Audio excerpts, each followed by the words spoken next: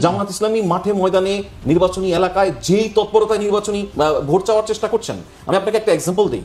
জামাতের একজন ক্যান্ডিডেট ঢাকার একটা এলাকায় ভোট চাইতে গেছেন কদিন আগে, সেখানে গিয়ে উনি দেখলেন যাদের কাছে ভোট চেয়েছেন তাদের কেউই ওই এলাকার ভোটার না।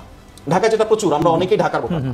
তো ওই ভদ্রলোকেরা বললেন যে আমি তো এলাকার ভোটার না, বা আমরা কেউই এলাকার ভোটার না। উনি বললেন কোনো অসুবিধা নেই, জামাতের ক্যান্ডিডেট, খেয়াল করবেন, কোনো অসুবিধা নেই, আপনাদের নিজ নিজ এলাকায় আমাদের দলের যে ক্যান্ডিডেট থাকবে তার জন্য আপনার কাছে ভোট চেয়ে গেলাম। আমি পলিটিক্সে যে ডিফারেন্সটা আপনি দেখুন।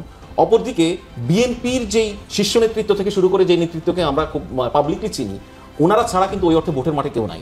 সবাই চিন্তা করে আমার ভাই নমিনেশন পাওয়ার পরে আমি ভোট চাইতে শুরু করবো। সুতরাং আমি তো মনে করি যে মানে আমি আমার সরকারি যে পদ পদবি হোল্ড করছি সেটার বাইরে যদি আমার অতীতের এক্সপেরিয়েন্স বলে, আমি তো জার্নালিজম করেছি, পলিটিক্যাল জার্নালিজমটা করেছি।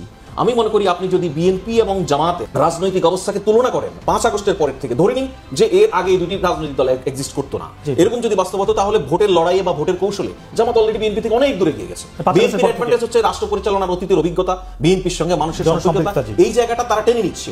এখন বিএনপির বরঞ্চ সামনে চ্যালেঞ্জ হচ্ছে, দেখুন আপনি পিয়ার নিয়ে কথা বলছেন, এই নিয়ে কথা বলছেন, আপনি অনেককে এঙ্গেজ রাখছেন, এটা আমি মনে করি জামাতের কৌশল। অনেককে এঙ্গেজ করে ফেলছে, পিয়ারের এঙ্গেজে, আপার হাউসের এঙ্গেজে, গণভোটের এঙ্গেজে, কিন্তু সে কি তার নিজে পুরোপুরি এঙ্গেজ হচ্ছে?